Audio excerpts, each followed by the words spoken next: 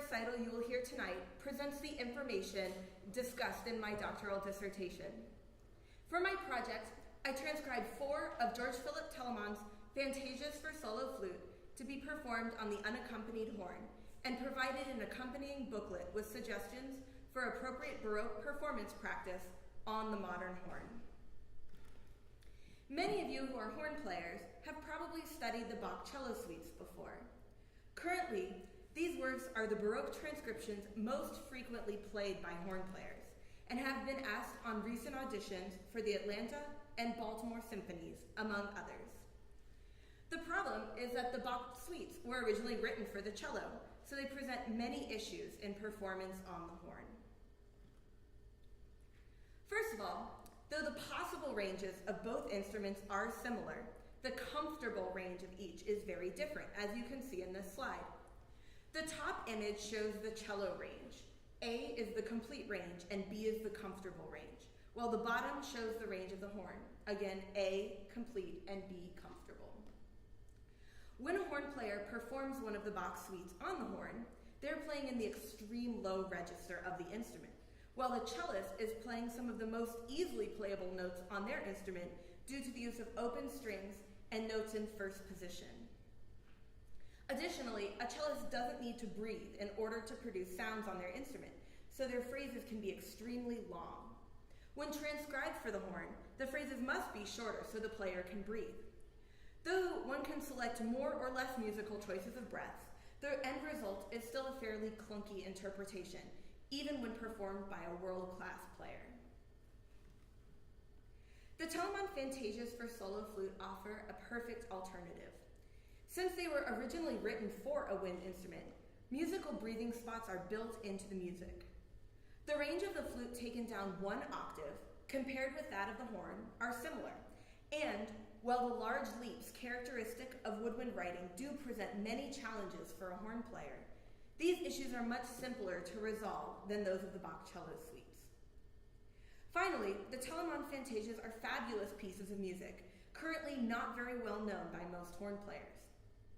Transcriptions of these works exist for other brass instruments, but even these have very little or no scholarly justifications for the transcriber's notations. In my doctoral project, I transcribed 4 of the 12 Fantasias and provided a discussion of issues of performance practice applicable to these works, or any other Baroque music played on the modern horn.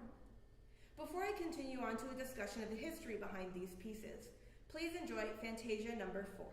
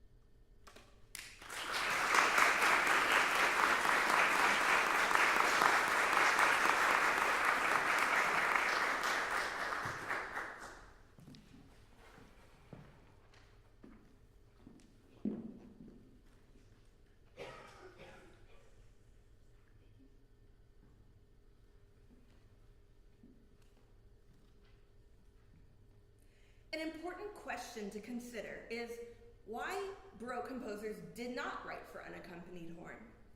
Why are we so reliant on transcriptions to fill this gap in our repertoire? To answer this question, one must understand the instrument that was the Baroque horn. The horn had its basis in hunting horns, used on horseback, so they were held vertically in the left hand, leaving the right hand free to use the reins. With this positioning, accuracy and sound were very difficult to control. Additionally, the horn of this time period did not have valves, and players had not yet innovated with using the right hand in the bell, which began around 1740. So players were only able to play the notes of the overtone series. As you can see, in the upper register, most pitches are possible, so it is possible to play melodic lines. But in the lower register, the playable notes are far apart and only outline one major arpeggio. The lowest octave of the overtone series is only rarely played on the horn. That means that any music that modulates keys would basically be unplayable on the Baroque horn, which limits the instruments used in this period to work with multiple instruments. There are a few works for the horn as a solo instrument from the Baroque period, but they all use additional instruments as well. Telemann, in fact, wrote a few works for solo horn. He wrote 1 concerto for 1 horn, 6 concertos for 2 horns, 1 concerto for 3 horns and violin, and 1 concerto for 2 horns, oboe, recorder, and bassoon. In these works that use the horn as a solo instrument, most use typical writing of the time period, where the first horn is playing very high in order to play melodic lines, and the second horn plays arpeggios and pedal notes in the low register. All the notes the composers wrote for are playable on the open overtone series, though sometimes the player must bend the pitches slightly into tune. Clearly, in works that modulate as frequently as the flute fantasias, use of the Baroque horn would have been impractical. The flute that Telemann did write the fantasias for was also a pretty new instrument. The standard flute of the time was the block flute, or what we today know as the recorder. The flute that's more common today was then called the transverse flute, because the air is blown across the whole in a transverse direction. The transverse flute, seems only to have been commonly known in Germany by about 1720. These works were composed in the early 1730s. Since the transverse flute was such a new instrument in Germany in the early 1700s, modern scholars only know of a few works composed for solo flute before the Telemann Fantasias, which are two very short pieces by Jacques-Martin Hauter in 1708 and 1719, and J.S. Bach's Partita in A minor, which dates to the early 1720s. Though no sources explain exactly why Telemann chose to write the Fantasias for such an unusual instrument, we can assume that he was interested in experimenting with a new and fashionable sound. Telemann was known as a very forward-looking composer in his day. He was interested in writing popular music that people wanted to listen to and that amateurs were able to play. Instead of using the strict formal structures favored by previous generations, Telemann incorporated newfangled Italian and French styles into his Germanic tonal language. These characteristics describe the galant style, which formed a bridge between the Baroque and classical periods. Since Telemann wrote in such a popular style, modern historians often unfavorably compare him to J.S. Bach. However, in recent years, proof has been found demonstrating that some works used to show Bach's relative brilliance were actually composed by Telemann. Telemann is now well regarded by modern scholars and performers.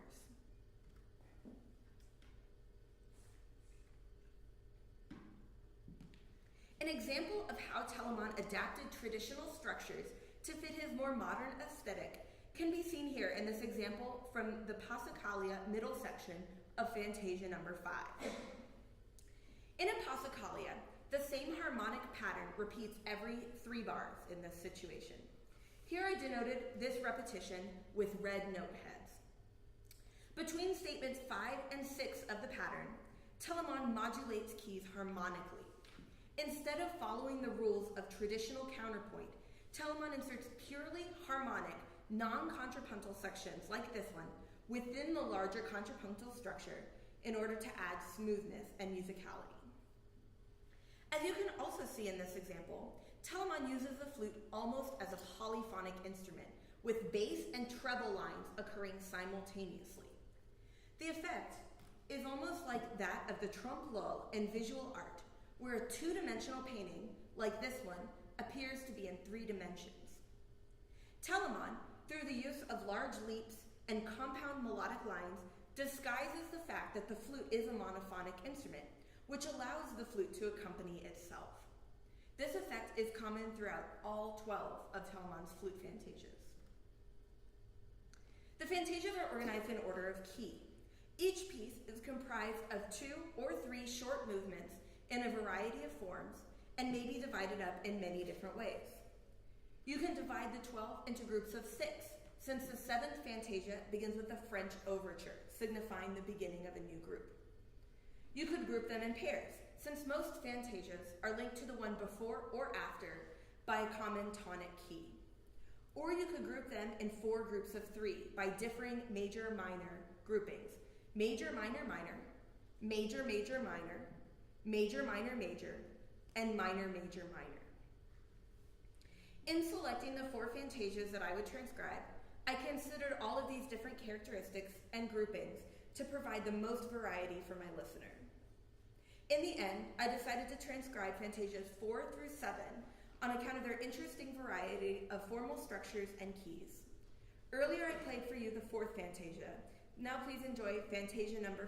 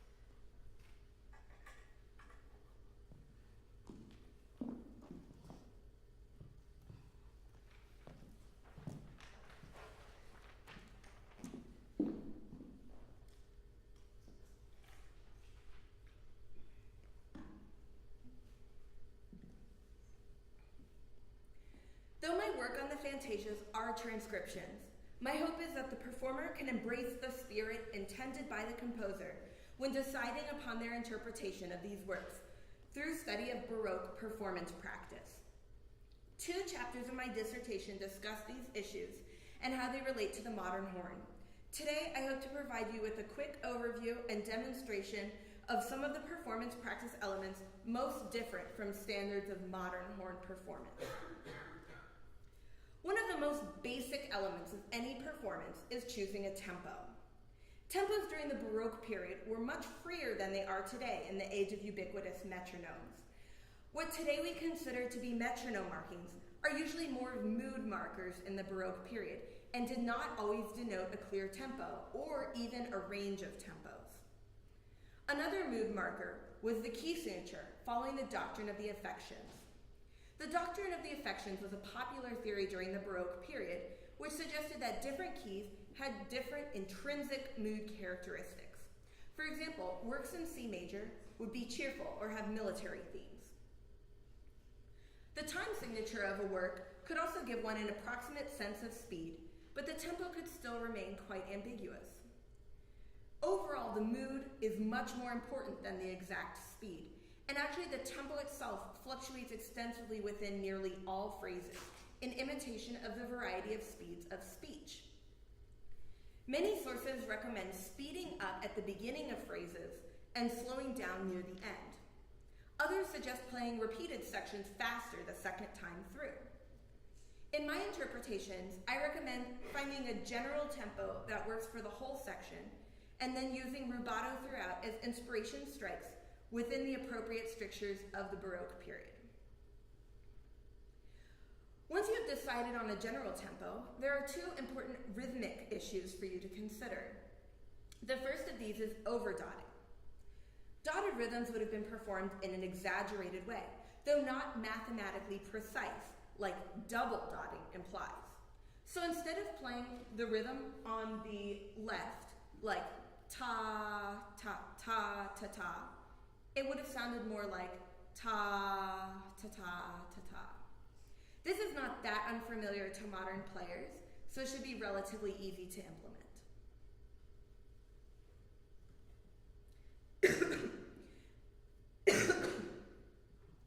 The other rhythmic quirk of the Baroque period is the use of note inégale, which is when notes written as having equal value are played unequally. So the example on the left, instead of sounding like ta, ta, ta, ta, ta, ta, ta, ta, would sound more similar to ta, ta, ta, ta, ta, ta, ta, ta. This is similar to the way jazz musicians play rhythms differently from how they are notated. The tradition of using note inégale originated in France and spread throughout Europe.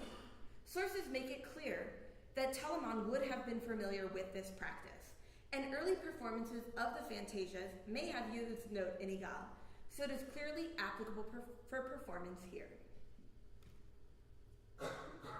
It is possible that the tradition of playing notes unequally stemmed from Baroque wind articulation practices. Nearly all notes would have been played with a rebounding tongue, in a way similar to the double tonguing we use today.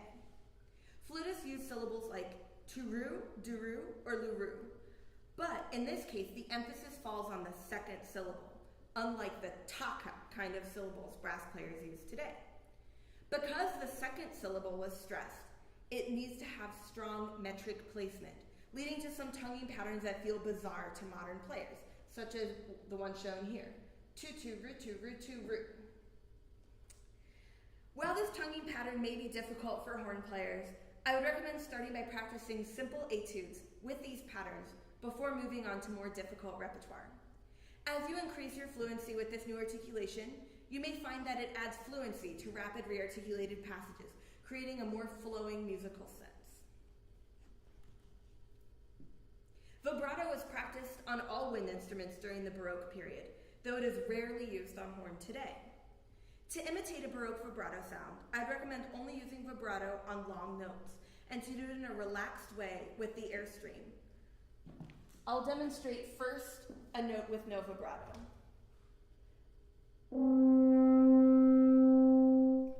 And here's how it would sound with the recommended Baroque style vibrato.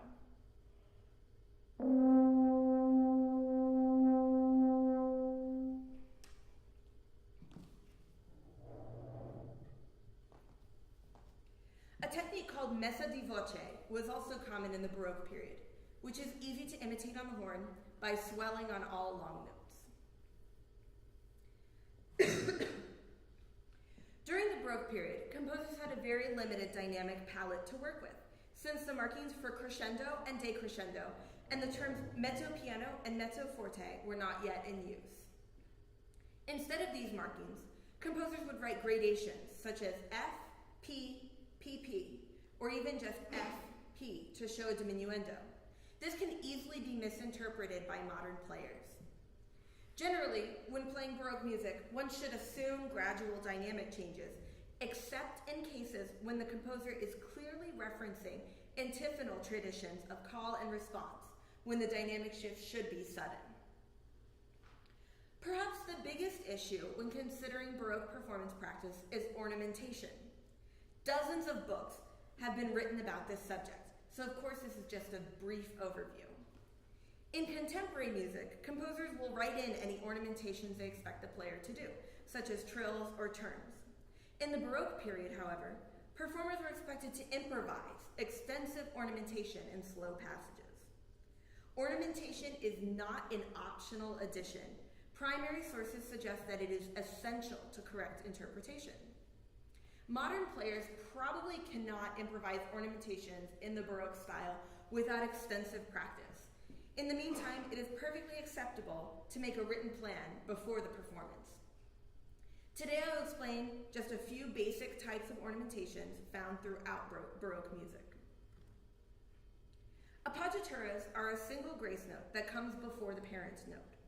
Appoggiaturas and trills are the most common ornamentations found in Baroque wind music. Appoggiaturas are used to add interest and dissonance in consonant melodic passages, such as when there are repeated notes leading into a cadence. The note before an appoggiatura should be played short. There are many rules for rhythmic values of appoggiaturas, as shown in this chart, but basically, the appoggiatura gets half the value of the written note and should receive the metric stress. Trills are another common ornamentation. Advanced horn players should all know how to do lip trills. Trills in the Baroque period were notated with a plus sign above the affected note. Modern horn players should take note of this, since on horn it usually means to stop the sound with the right hand. Most scholars believe that trills in the Baroque period should start from the higher note and on the beat, not before it. In fast pieces, use a fast trill, and in works with a slow tempo, make the trill more relaxed. Try to keep the speed of the trill constant. It shouldn't speed up over the course of the note, and cadential trills should always end with a turn called a Nachschlag. Telemann notates many trills in his manuscripts of the Fantasias for solo flute. This image is an excerpt from that. The performer should be careful to honor his wishes where marked, but should also feel free to add additional trills where it suits the music. There are a few different types of turns that are appropriate to use in Baroque music, as shown in this chart. Turns can be used on any note that is long enough for it not to sound rushed, but they are most commonly found at a final cadence, especially when incorporated into a trill. This trill-turn combination is known as a gruppo. A slide is another type of grace note pattern consisting of 2 or 3 pitches. The most common type is 2 grace notes rising diatonically to the principal note.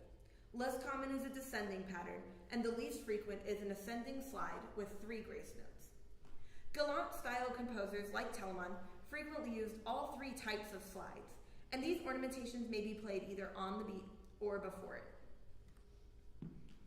Telemann wrote a series of 12 pedagogical sonatas demonstrating appropriate ornamentation for the flute, as shown here. Following this example, I have added some ornamentation to the first section of the next Fantasia, number 6.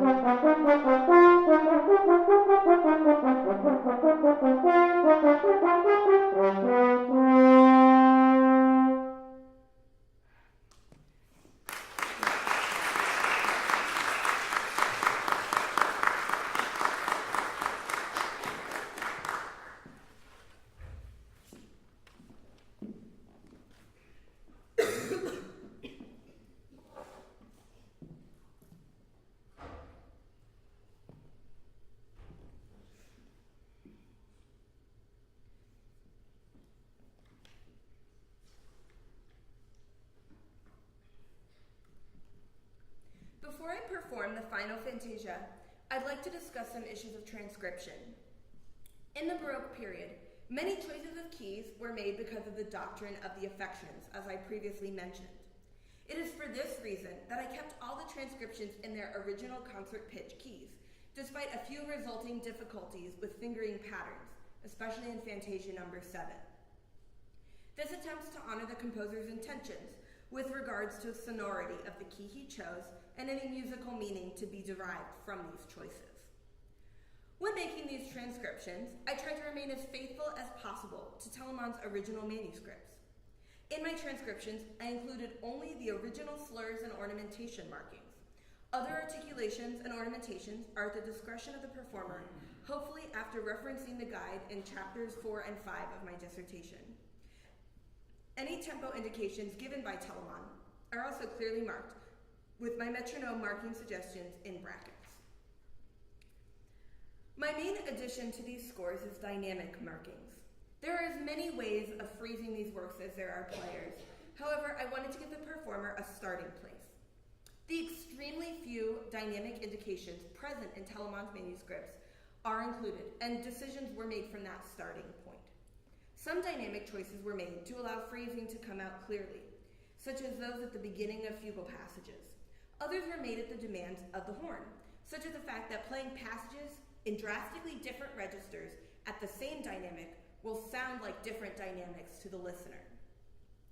The performer is encouraged to come up with his or her own ideas, but it is my hope that the indications present in my dissertation will be a stepping stone for innovation. The leaps of large intervals, so common in woodwind repertoire, present possibly the greatest challenge a horn player has studying these transcriptions. While specific suggestions for each fantasia are given in my document, before beginning study of any of these pieces, the player should have a thorough knowledge of all scales in major and minor keys, including in broken thirds, sixths, and tenths, throughout the horn's register. While scales in broken sixths and tenths are not found in most horn practice regimens, diligent study will pay off in accuracy and range development. A good resource for these types of exercises is Joseph Singer's Embouchure Builder for French horn, an example of which is shown here.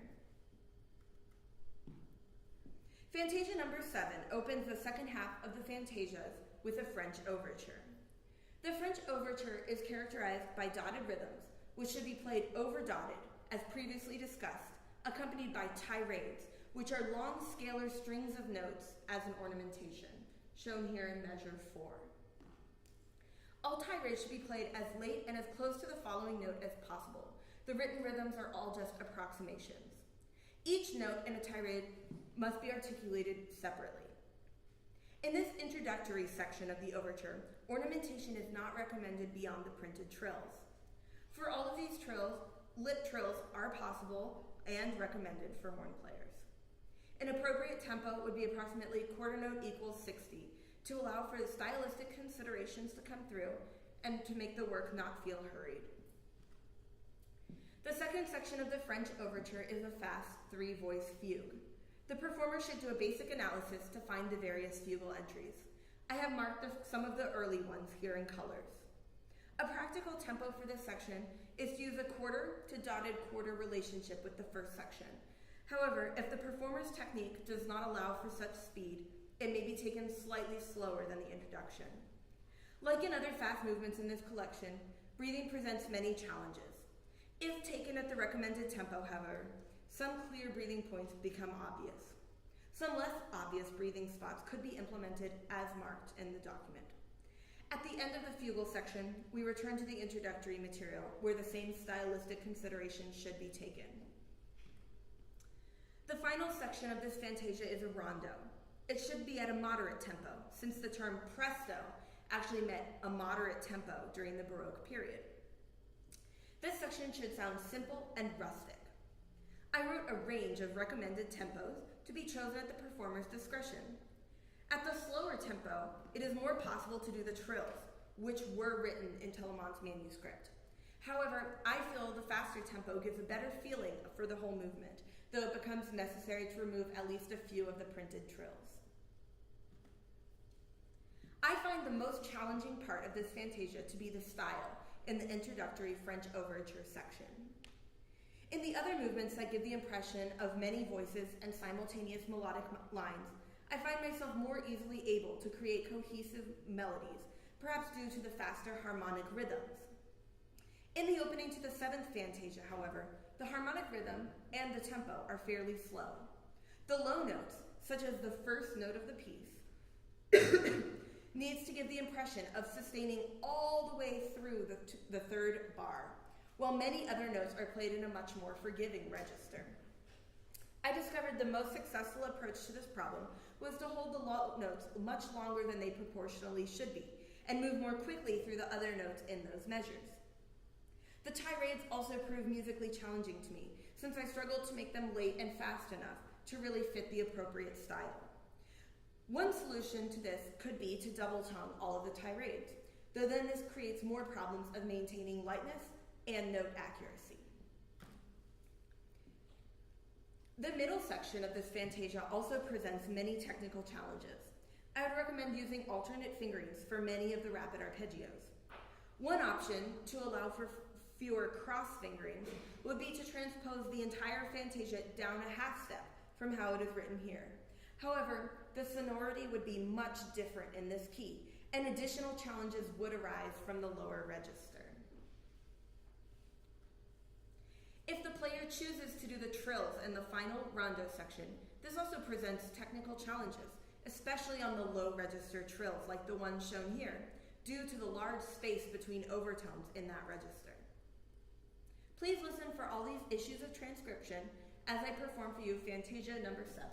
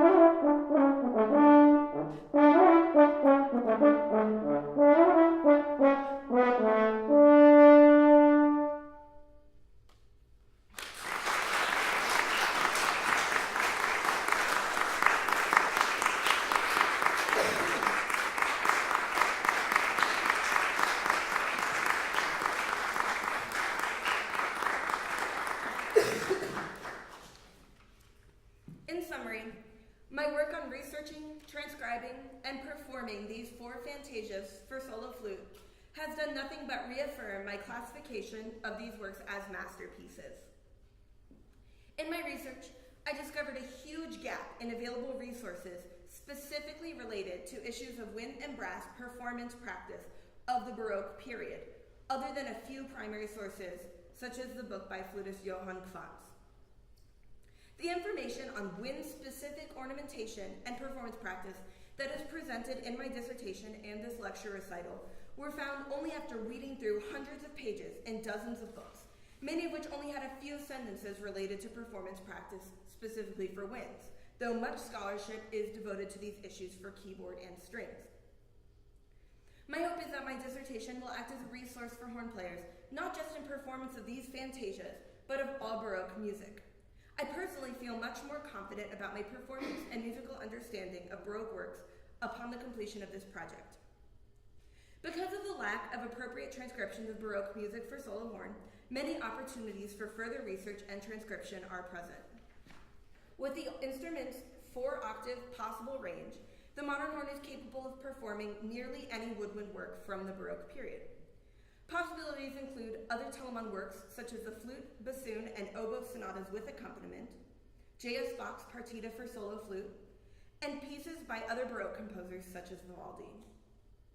It is my hope that the reader continues his or her exploration of Baroque music after reading my document, whether through creating their own transcriptions of Baroque works for the horn, or by simply exploring extant repertoire with issues of performance practice in mind. Here are the sources that I used in preparation of my document and this lecture recital. At this point, we have time for a few questions, if anyone has a question. No? Oh, yes? You discussed earlier that sometimes the tempos would be inconsistent throughout the phrase. Was that just a practice in unaccompanied solo works or in chamber music and modern ensemble works as well? Good question. That would have been, according to the sources that I found, that would have been general in Baroque music. Though I guess in larger ensembles it would kind of depend on the leader, like concertmaster, conductor, but in chamber music for sure, in solo works as well. Mm-hmm. Any other questions? Yes? Did you transcribe all 12 fantasies? I started off by transposing them all into horn-appropriate pitches as part of the process of selecting which ones that I wanted to do. But in terms of making a really in-depth transcription, I only did these 4. There is a lot of work involved in deciding on dynamics and justifying my choices. But I do hope to potentially condense my dissertation and these 4 transcriptions into like a publishable book. And in that case, I would hope to include all 12. Any other questions? No? Thank you all so much for coming out this evening.